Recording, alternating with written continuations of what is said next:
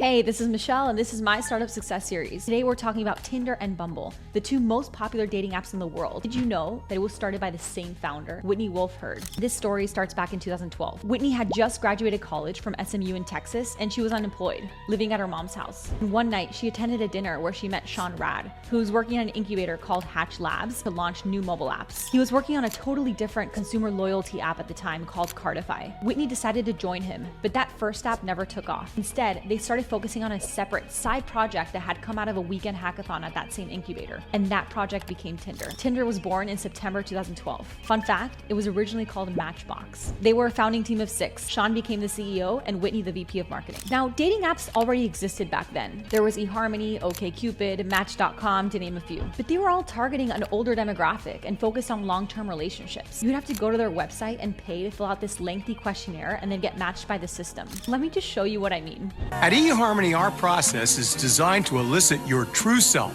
and then match you based on who you are at the very deepest dimensions. You don't have to search.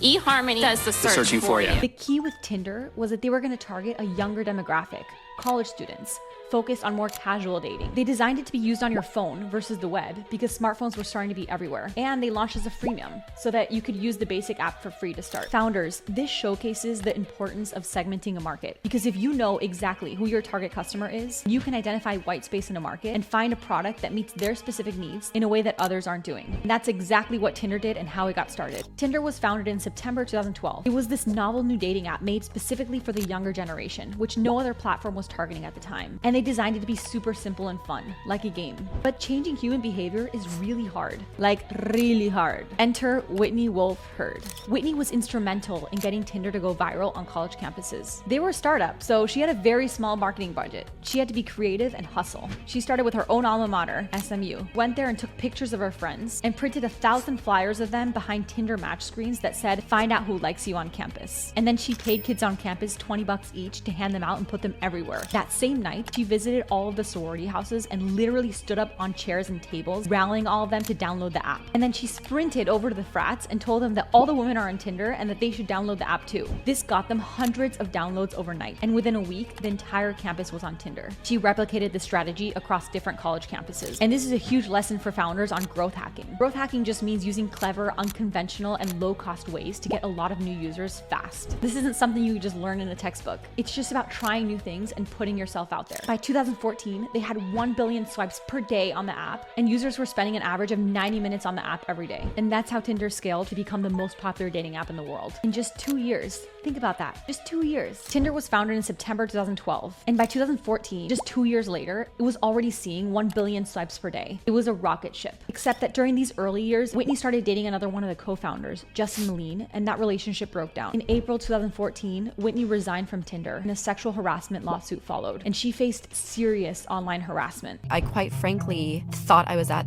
the very bottom of my barrel. I mean, there were days where I didn't want to live. But through all of this pain and struggle, I still had an itch to create. And so I kind of sat down and said, I can start something right now, and I can change what I hate that I see in the world. She decided that she wanted to start a company that would combat this horrible behavior that she was seeing online. It was going to be a female-only network where you could only talk to each other in compliments. She was going to call it Merci. In July 2014, she gets an email from Andrei Andreev, the co-founder of Badoo, one of the largest dating platforms in the world. He wanted Whitney to be his CMO, but she said no. I want to be a founder and start my own company. #girlboss. They kept talking, and he said he thinks they should build a new dating app together. But you have to understand, Whitney wanted nothing to do with dating apps anymore. She wanted to pursue her idea for Merci. Andre was persistent and really got Whitney to rethink the need for a new dating app that empowers women. He promised her that when they reached a certain number of users, she could expand into friend finding and networking, which was more in line with her Merci concept. That's actually exactly how it played out. Bumble started as a dating app where women would make the first move. And today, Bumble is a full-fledged social platform. In December 2014, Bumble launched, and Whitney became the co-founder and CEO. Crazy to think, but Whitney had co-founded Tinder just 2 years earlier. Bumble was going to be different from Tinder and other dating apps because women had to make the first move. Whitney applied many of the same growth tactics that she had led at Tinder to Bumble. They started growing rapidly. In 2015, when Bumble was just 1 year old, they did something extraordinary and unprecedented. A woman who was verbally abused on the app by a man named Connor posted screenshots of their conversation on Twitter. Whitney and her team picked it up and decided to do something about it. They wrote an open letter to Connor, to every conner out there. Now, at those super early stages, every user counts. So this was a risky move. Many people advised them against doing this, but they did it anyways. Alex Williamson, their chief brand officer, wrote it. This went down as a defining moment in Bumble's history and showed their commitment to creating a safe space for users. Alex was kind enough to meet with me and share her thoughts firsthand. Thanks, Alex. Now, there's a lesson for founders on values-driven leadership. As a leader, you have to follow your values. Point